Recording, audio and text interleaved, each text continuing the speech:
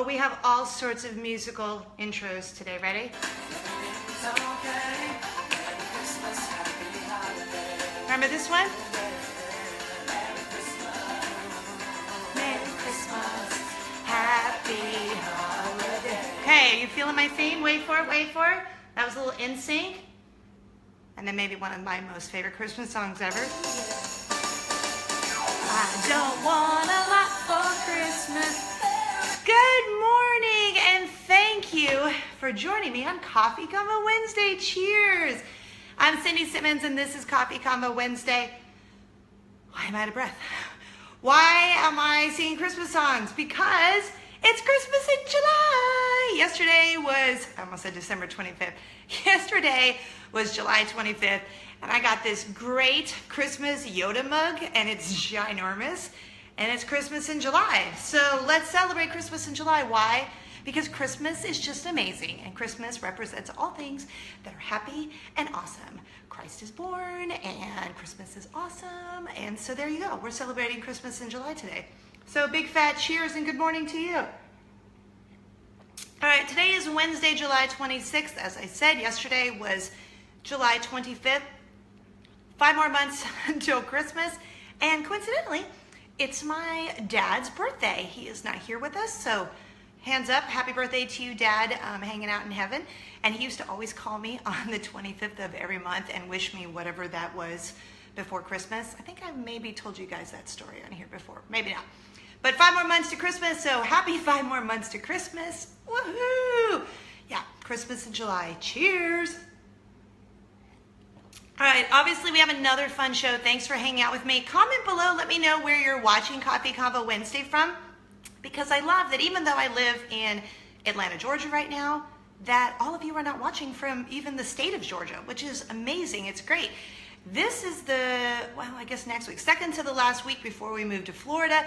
So next week, and I have a special guest, next week will be the last show from this background here. As you know what this is, the uber clean house, because we're selling our house in Atlanta, Georgia before we move to Orlando, Florida. Y'all, I know many of you have bought and sold homes. If you've ever sold a home, I'm totally over keeping the house clean. But I'm excited for our new adventure, so be it, right? So yeah, one next to the last week. I feel like I'm all discombobulated. I think I've had too much coffee today. All right, so Coffee Convo Wednesday. I'm Cindy Simmons. I used to be a radio host here in Atlanta, Georgia. For about 12 years, I've been in radio my whole life. But I love sharing stories and talking about fun things and being positive and just kind of keeping kindness in the universe. So that's why I created Coffee Convo Wednesday. I was thinking, like, I want to watch something for a couple of minutes in the middle of my hump day Wednesday where I don't have to be flooded with bad crap. That's really what it was about. I love hanging out with you guys. I love that this is super interactive. And I just want to have like positivity for, I don't know, 15, 20 minutes. We're going to be here today talking about random stuff. And if you ever have any suggestions of something you want to talk about on Coffee Convo Wednesday, just shoot me an email, cindy@cindysimmons.com. All right, so on today's show, first up, I know some of you may love these, but because I am a non-veggie eating person, I don't really eat vegetables. I put them in smoothies and I eat them in smoothies almost every day. All right, sometimes I'd rather have a taco for lunch, wouldn't we all? But I try to eat smoothies every day for lunch because at least I can hide my veggies in there. But I don't really like veggies. And I interviewed Dr. Oz once and he said, go with me here, all you non-veggie eating people. He said that there may be something on my taste buds that makes me react negatively to vegetables. And I'm going with that because literally every vegetable I've ever eaten, cold, cooked, whatever, slathered in ranch dressing, which I don't like either, they all taste the same to me. They all taste like dirt. And I hate that I feel that way, but point of the first thing we're gonna talk about is sometimes vegetables don't smell good when they're being cooked, i.e. cauliflower, or the main one we're going to talk about, Brussels sprouts. My husband, who, God bless America, thank you God for this, is the cook in our family. I don't really cook. I mean, I can make a couple of things, but I don't enjoy it. He's all, I like to watch diners dives and, what is it called? Diners, drive-ins, and diners, drive-ins, and dives. And he's obsessed with like everything on the Food Network and wants to cook. And anyone who he meets who's in that chef world, he's like, I want to talk to you forever because I love to cook. He made Brussels sprouts the other day. Okay, first of all, you all know I have a horrible gag reflex. Like, it's bad. That smell of Brussels sprouts, oh, so disgusting. So not only do I not eat them because they're disgusting, the smell is disgusting. And I know so many of you may disagree, and that's okay. We're all different, and we're all allowed to have different opinions. Because tons of you I know, including my family, they all love Brussels sprouts. My mom, my husband, my 2 daughters, thank goodness gracious that they all love Brussels sprouts. But I do not. I think they stink.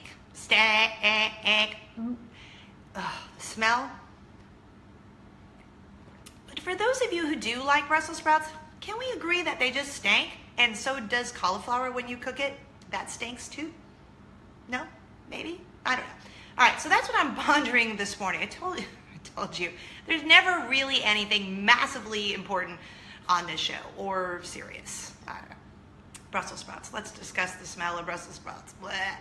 All right, so next on the show, this kind of, I guess, would fall under maybe a little more serious than what we talk about, but I really wanted to find out if you guys thought this was a good idea or a bad idea. So recently, a New York restaurant that does sell alcohol, and it's not a bar, it's a restaurant, they have committed to limiting parents' alcohol intake when they are having dinner with their children or lunch or whatever, and they're going to drive home. So the general manager of this restaurant in New York said she fears for the safety of drunken adult drivers and the children who accompany those drivers, and she wants to prevent unnecessary accidents. Okay, so this is what she said. I could never live with myself knowing that I killed somebody driving. I could never do that. We love children. Everybody loves children, and children don't have a voice. It's just something that we feel in our hearts is something that we can do in order to help. So the employees at this restaurant in New York, they do explain to the customers, and they say it up front, and some of them do get mad at the servers, and then the general manager will come over, explain, we're not picking on the parent, it's just something that we feel in our hearts is something that we can do in order to help. So customers who don't adhere to the restaurant's rule, they get out, they get booted. So here's the thing, before you weigh in, I learned something about this when I heard about this restaurant in New York doing it. Did you know there are 43 states that have some sort of version of the dram shop law? I had never heard of this either, but for all you smarty pants out there, maybe you did. Well, 43 states have some sort of version of this dram shop law, which makes a business which sells alcoholic drinks or a host who serves liquor to a drinker who is obviously intoxicated or close to it strictly liable to anyone injured by the drunken patron or guest. So this restaurant is like, yeah, look, we're not messing with that. And we're going to tell you that we're going to limit your alcoholic intake. What do you think? Do you think it is a good idea, it is smart, or a bad idea? Because it's been all over the news lately, and I can understand where customers are like, I don't need someone to tell me what to do, blah. But it's kind of like, I never understand. There are some kid places that do serve alcohol, and I'm always like, so your place is for kids, but you serve alcohol. Okay, so I don't know. I mean, maybe I'm a mom. I have 2 children. I love champagne. I love bubbly. I'm not a big drinker, though. I mean, I used to be a long time ago. No, I'm just kidding. I just am not a big drinker. Do I enjoy having a glass of bubbly with my girlfriends or one of those fruity little drinks on the beach? Sure, but it's never when I'm going to drive, and I'm never going to do it when I'm going to have my children in the car, especially, obviously. So for me, just my opinion, I think that this New York restaurant, way to go. I think it's a great idea. If you don't, that's okay too. Like I said earlier, everyone has their opinion and we're all entitled to it. So I kind of think it's a good idea, but I want you to weigh in below. So is this a good idea or a bad idea that this New York restaurant is kind of limiting the intake of alcohol for parents? So I don't know. I'm just saying. You would think that parents would know, like, hey, I need to maybe not do this because I'm driving my kids, but I don't know. 43 states have some sort of version of that dram shop law, which makes these people liable. So I'm thinking if you're a restaurant, heck yeah, I'd be like, you're cut off, dude. And I guess if you don't like it, then maybe just don't go to that restaurant. I don't know. What do you guys think? Weigh in below. Good idea or bad idea? All right, and so the last thing on Coffee Convo Wednesday that I want to talk about, something I learned about my mom recently, and maybe not super recently, but learned it recently in the last couple of years. And so I wanted to share it with you to see if you guys feel the same way. My daughter, my oldest daughter, she's 12 now, but she was turning 12 last week, and I knew that I baked a cake, shocking. I baked a cake because she wanted a funfetti cake with blue icing, and I made it for her. So I knew we were going to be singing Happy Birthday. So I said to my husband, hey, you better speed it up when you sing Happy Birthday. He was like, what are you talking about? I said, Mom, my mom lives with us, Mom's not a big fan of the Happy Birthday to you. You know how slow it is? She's not a big fan. He goes, what? How have I never known this? Your mom has lived with us for like 5 years almost. I said, I know, it's like a thing. She just doesn't like this really slow Happy Birthday song. And then I started thinking about it, and I thought, why is it so slow? Like, okay, we're all at a restaurant, or we're all at someone's house, or a birthday kid's party, and then you're sitting there, and you have all the attention on you, which of course I would love. But you're sitting there, and everyone's singing, Happy birthday to you. How is that fun? Happy birthday to you. Happy birthday to you. It should be more like that. Or you know, like when the people at the restaurants, we had this restaurant growing up in Los Angeles, California called Farrell's, and they'd be like, happy birthday from all of us to you. Happy birthday.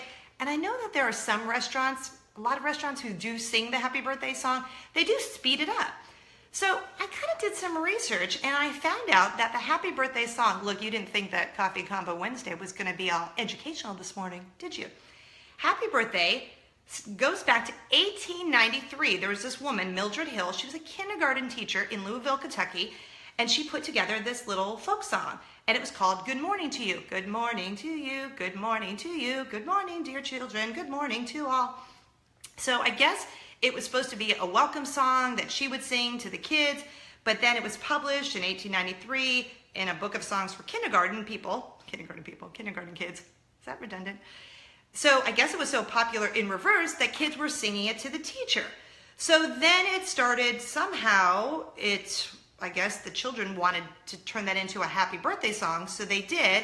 And then in 1924, Good Morning to All with the Happy Birthday to You as a second verse was printed. Do you know it was named in the Guinness Book of World Records as one of the 3 most sung songs in the English language? The other 2, For He's a Jolly Good Fellow, and Auld Lang Syne, the New Year's song, Should Old Acquaintance Be Forgot? So happy birthday. All right, so now that you know the origin of happy birthday, can we all agree that we've got to step it up? Happy birthday to you. Happy birthday to you. It's a birthday. We are celebrating. So why are we like, happy birthday to you? It's like, it just drags on and on. Can we all commit to singing happy birthday faster, making it a little more joyful? Birthdays should be a joyful, celebrating kind of occasion. So let's sing it faster. I mean, I guess unless you want to sing it slower, then you do you. But what do you think? Should happy birthday be a little faster? I don't know why I keep doing that. That's just what I'm thinking. My mom feels the same way, so we did sing it much faster than we normally do at my daughter's birthday. Happy birthday to you. Happy birthday to you. Okay, so that wasn't as fast, but it was faster. So weigh in on the happy birthday song. I told you today's show is going to be really interactive, so I want tons of comments down there because that's what Coffee Convo Wednesday is about. We're having a conversation, and you guys weigh in below, and then I get to see all of the comments, so I'm kind of excited about that. So thank you for hanging out with me on Coffee Convo Wednesday. Before you get out of here, though, how about some free coffee? That's right, free coffee for you. All you have to do is just comment below with whatever comment and then tag someone. If you want to write, I want free coffee, and tag a friend who has never seen Coffee Convo Wednesday, you can do that too. And you'll get some free coffee. So since today is July 26th, we'll pick a winner Friday afternoon, July 28th around 5 p.m. and I'll direct message the winner. But I like and go through and like all the comments because I love reading your comments. Like I said, it's the whole point of Coffee Convo Wednesdays. Getting to hang out with you guys, which I love. Speaking of, this is the second to the last episode in this hizzy right here before we move to Orlando, Florida. And next week, I have a special guest who will be joining the show, and I'm kind of excited. Not only do we have a special guest next week, we have a $50 giveaway next Wednesday, August 2nd. Get my head. So August 2nd, join me back here at 10 o'clock, same bat time, same bat channel, and I'll have a $50 giveaway for you. So follow me on the socials at Cindy A. Simmons or at Surviving Mommy. If you've missed any of the Coffee Convo Wednesday shows, head over to my YouTube channel and check it out. Just look for Cindy Simmons. And then don't forget, hey, Susan and Marietta, thank you so much for this obnoxiously big Yoda Star Wars Christmas coffee mug. No joke, it's a Christmas coffee mug because we're celebrating Christmas in July. You send me a big, ginormous coffee mug, I will send you a free t-shirt. Shoot me an email, cindy@cindysimmons.com, and then I'll get a t-shirt in the mail for you. I'll give you an address, and then I'll get a t-shirt in the mail to you. So thanks for hanging out with me on Coffee Convo Wednesday. Have a great week. Thanks for hanging out with me and always being so supportive. And give someone a big fat hug today and spread some cheer and spread some kindness. Love you guys. Have a great week. Until next Wednesday. Cheers.